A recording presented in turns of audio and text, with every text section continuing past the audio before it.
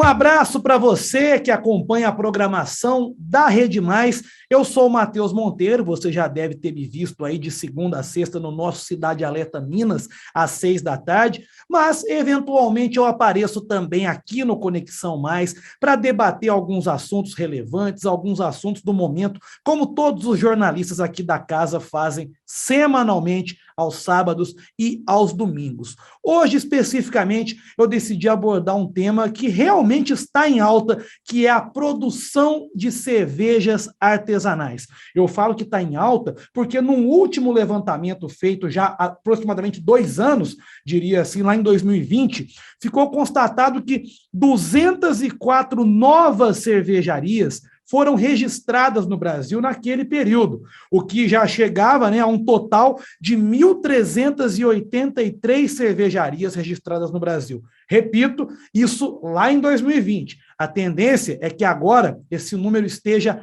ainda maior. E para falar sobre esse assunto, eu trouxe aqui hoje um grande amigo meu, o Luiz Justo, que é produtor de cerveja em Poços de Caldas, né, já há algum tempo, e ele aceitou o convite para vir bater esse papo com a gente aqui hoje.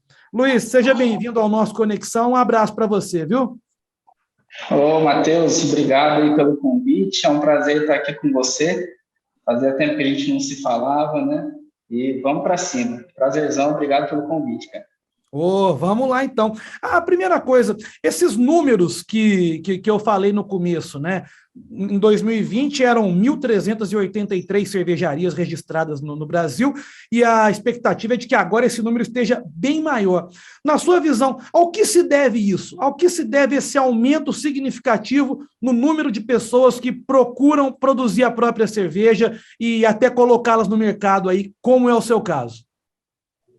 Então, Matheus, é um mercado recente no Brasil, né? A gente não pode comparar muito com o mercado de fora, que já está bem mais desenvolvido. Então, está em amplo crescimento e vem pela procura das pessoas, né, de quererem produtos de maior qualidade, né? Que você consiga aí, escolher os ingredientes, né? Saber o que você está tomando. E isso vem muito de acordo com também o setor de alimentação. A gente já passou pelos fast foods, né, desde a década de 80 lá, e hoje em dia a gente está no tal do slow food, né, que é o hambúrguer artesanal, aquele hambúrguer mais elaborado, e a cerveja está passando por esse processo, né? Antes era aquelas marcas de produção mais ampla, e agora as cervejarias menores, né, com processos mais dedicados, escolhas de ingredientes, tal, estão começando a surgir no mercado e a clientela tem gostado e pedido, né? E sem falar em um grande número de estilos de cerveja, né? O brasileiro está muito acostumado com estilos mais comuns aí, né? Que é a Pilsen. E tem mais de 115 estilos de cerveja. Isso realmente atrai o público, né? Quer conhecer mais sobre cerveja, conhecer outros estilos, inclusive atraindo aí bebedores de outros setores, né? O pessoal que toma vinho, né, já tem um paladar um pouco mais aguçado, aí começa a vir para o lado da cerveja também. Eu acho que envolve todos essas características do mercado cervejeiro artesanal. No seu caso, o que te incentivou a começar na produção de cerveja? Então, a gente, né, é bebedor de cerveja aí faz tempo, e o que incentivou, na verdade, foi quando eu morei em Blumenau. Blumenau hoje é considerada a capital nacional da cerveja. E lá eu tive a oportunidade de experimentar cervejas diferentes. E me despertou esse lado, né? Eu vi que o mundo da cerveja não era tão básico quanto a gente imaginava. Então foi ali a sementinha, né, em Blumenau mesmo, que me despertou para esse mundo artesanal e hoje é a minha profissão. Para o pessoal que quer produzir, que tem o interesse, num primeiro momento, o investimento ele precisa ser alto ou com uma pequena quantia a pessoa já pode começar a pensar em produzir uma própria cerveja? A gente até brinca que a cerveja artesanal é muito democrática, né? Então, você consegue iniciar a produção com um investimento pequeno, aí por volta de R$ 600 em equipamentos, né? Você já consegue produzir lotes de 10 litros aí. Então, é um investimento baixo, lógico, depende do poder econômico de cada um, né? Mas para iniciar aí, entre 600 e 700 reais já é um bom começo. Agora, é claro, se você quiser já iniciar com equipamentos mais elaborados, uma produção maior, né, daí o valor aí fica até sem limites, né? Você consegue gastar bastante aí. Mas para começar, 600 a 700 reais já é o suficiente. E aí você tem os estágios da produção, né? A primeira coisa, a pessoa tem que adquirir ali os equipamentos, os insumos. Eu queria que você falasse um pouco dos processos aí, bem resumidamente mesmo, dos processos pelos quais a cerveja precisa passar. Beleza, então, a gente começa com os insumos, né? Hoje já está bem divulgado isso, mas tudo começa com água, malte, lúpulo e levedura. São os quatro ingredientes principais. Então, a gente pega esse malte, né, a seleção de maltes que a gente faz uma infusão em água quente, né, com temperatura controlada, que é a tal da angostura. Aí a gente vai extrair os açúcares desse malte, para depois ferver esse chá de malte aí que a gente fala. A gente ferve isso aí e insere os lúpulos, que é o que dá o amargor da cerveja, o arominha, né? Após a fervura é feito o resfriamento e a gente joga para o tanque de fermentação. E aí nesse tanque de fermentação a gente coloca a levedura. A levedura, né, o fermentinho, ela vai consumir esse açúcar e gerar o álcool. Ele gera álcool e CO2. Então é aí que entra o álcool na cerveja, né? Muitas pessoas têm dúvida de onde vem o álcool da cerveja. É do processo de fermentação. Então, depois de fermentado, a gente vai para o processo de invase, né? Daí a gente pode envasar em garrafa, em lata ou em barril. Então, o processo resumido é esse, né? É um processo longo, ele demora aí entre 20 e 30 dias, depende do estilo de cerveja. Então, o cervejeiro tem que ter paciência aí. Pois é, rapaz. E eu tenho até uma dúvida, uma curiosidade minha mesmo. Tem diferença do recipiente, afeta no gosto o recipiente em qual a cerveja é envasada, que o pessoal fala muito, e eu acho que eu acabei caindo nessa, de que a cerveja de garrafa ela é muito mais gostosa do que a cerveja de lata, há uma diferença. Isso aí é verdade, Luiz? É verdade, Matheus. Falando fisicamente, né? Se a gente pegar uma garrafa de cerveja e uma lata, né, comparando, a garrafa é feita de vidro e ela permite a passagem de luz, né? A luz consegue atingir o produto lá internamente. Então, essa luz, ela consegue fazer alguns processos químicos ali, até oxidação, enfim, que podem alterar o sabor, o aroma da cerveja. Então, a sensação muda, assim. Pode ser que seja para bom ou para ruim, né? Eu vou dar um grande exemplo aí, a Heineken. A Heineken, não sei se a maioria já tomou, a garrafinha da Heineken é verde. Ela permite a passagem da luz em comprimento de onda muito específico, e ela cria um composto, né, dentro da cerveja que é muito característico da Heineken, é só eles que têm. Então, realmente faz diferença. Quer dizer, então eu não tô tão errado assim naquilo, né? Eu não caí numa brincadeira, não caí numa lenda, não, né? A gente percebe o gosto, né? A gente percebe o gosto. Eu vou fazer um rápido intervalo aqui e daqui a pouco eu vou conversar mais com o Luiz Justo. A gente vai falar sobre a questão de custos ainda, lucratividade e, é claro, sobre paladar, sobre os gostos variados da cerveja para atender ao paladar do consumidor brasileiro. Então não sai daí não, que a gente volta daqui a pouco.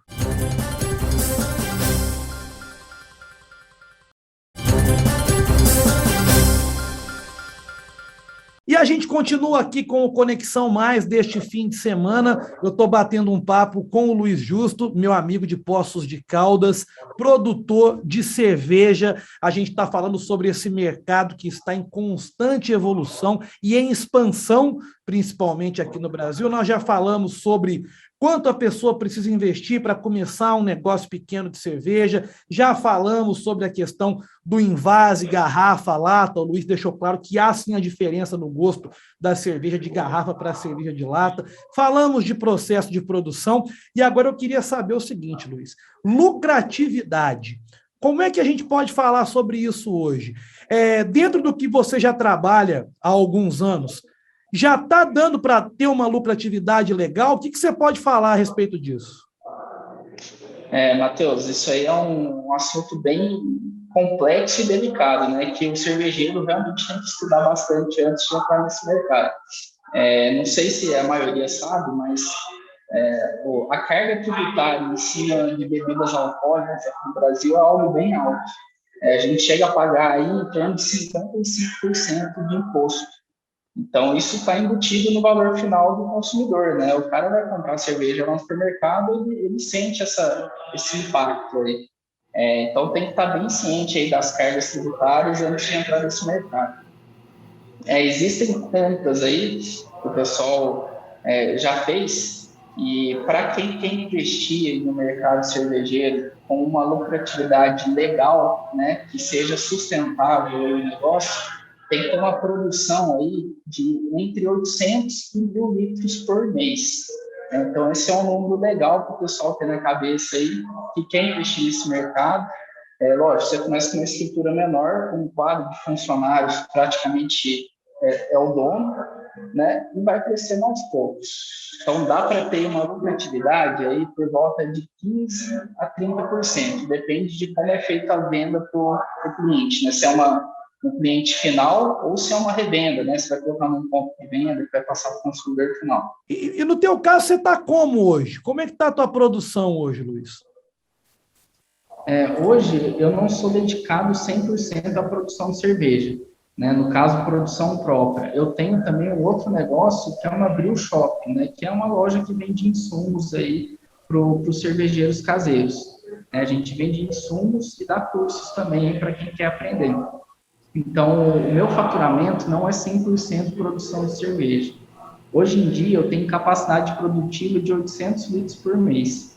Bom, então o pessoal que vai produzir a cerveja, ele te procura também para isso, né? E além disso, você oferece curso também, né? Isso mesmo, né? A gente hoje oferece curso para quem quer aprender. É um curso iniciante, tá?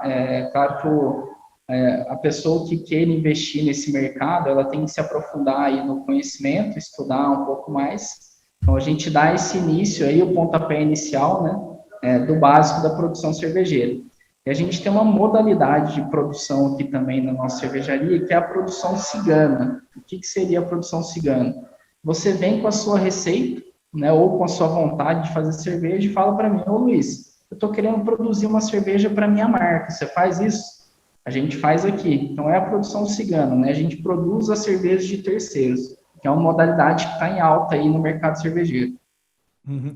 E para levar isso para o comércio, como é que vocês têm lidado com isso? Vocês já colocaram a cerveja de vocês aí em lojas específicas, em mercados? Como é que tá? Já colocamos, sim. É uma abordagem bem diferente, né, das cervejas, das mainstreams que a gente fala, né, das cervejas comuns. Por quê? Porque o valor da cerveja artesanal continua sendo um pouco mais alto. Então, a gente tem que trabalhar toda a parte de informação da cerveja, para o marketing, né, para a pessoa entender o preço que ela está pagando. Então, hoje a gente tem pontos de venda específicos, né? Um é o Justo no Terraço, nosso querido João Ricardo aí, e tem que ser bem trabalhado, né? A informação tem que ser bem dada para a pessoa entender aquilo que ela está tomando e pagando. Legal. Agora vamos falar um pouquinho também sobre a questão do paladar, né? O brasileiro tem se acostumado, o brasileiro tem assimilado legal, pelo menos o pessoal que você tem o convívio, a esse novo conceito de cerveja, porque como você disse lá no começo, né? Nós crescemos bebendo as mesmas cervejas que já eram produzidas aqui há anos. Agora, de uns tempos para cá, começaram a aparecer cervejas mais fortes, cervejas mais encorpadas. Como é que está sendo a adaptação do paladar das pessoas? Aqui no Brasil é muito interessante, porque a gente tem um clima tropical, né? O calor, né? O carnaval, enfim. Isso, querendo ou não, combina muito com cervejas mais leves, que a pessoa consegue tomar em maior quantidade. Só que o mercado tem despertado para essas sensações aí das cervejas diferentes, né? Cerveja com teor alcoólico mais alto, com amargor mais alto, mais encorpada, menos encorpada. Por quê? Porque isso aí você consegue associar com, fazer combinação com a alimentação, né? Tipo, tomar uma IPA com um hambúrguer, né? A IPA tem um amargor pronunciado, um teor alcoólico mais alto, e o hambúrguer é gorduroso. Então, esse amargor corta a gordura do hambúrguer. Você consegue ter uma sensação aí, uma mistura de sabores muito interessante. E o pessoal começou a despertar para esse lado, né, da harmonização com a comida. Então, isso ajuda demais aí a fazer com que a experiência cervejeira seja completa, né, essas harmonizações com comidas aí. Seria o beber bem ao invés de beber muito. Há controvérsia, né? Tem gente que bebe bem e bebe muito, mas é isso mesmo, beba menos e beba melhor, né? É o slogan aí da cerveja artesanal, faz todo sentido. Legal. Luiz, muito obrigado por aceitar o convite para participar com a gente aqui, viu? O tempo, infelizmente, é curto, daria para a gente conversar sobre cerveja aqui por horas e horas, porque é algo que nós temos em comum, além de torcer para o São Paulo, é gostar de cerveja, né? Mas ultimamente está sendo melhor falar de cerveja do que falar do São Paulo, né? Então, muito obrigado por ter aceitado o nosso convite e até uma próxima, viu? Valeu, Matheus. Eu que agradeço o convite. Ó, você está devendo para vir tomar um aqui com a gente, hein? Estou esperando aqui. Em breve estou aí. Em breve estou chegando para visitar o pessoal em Poços de Caldas e vamos tomar assim com toda certeza. Para você que esteve comigo mais um dia, meu muito obrigado, um abraço. A gente se encontra segunda-feira no nosso Cidade Alerta. Tchau!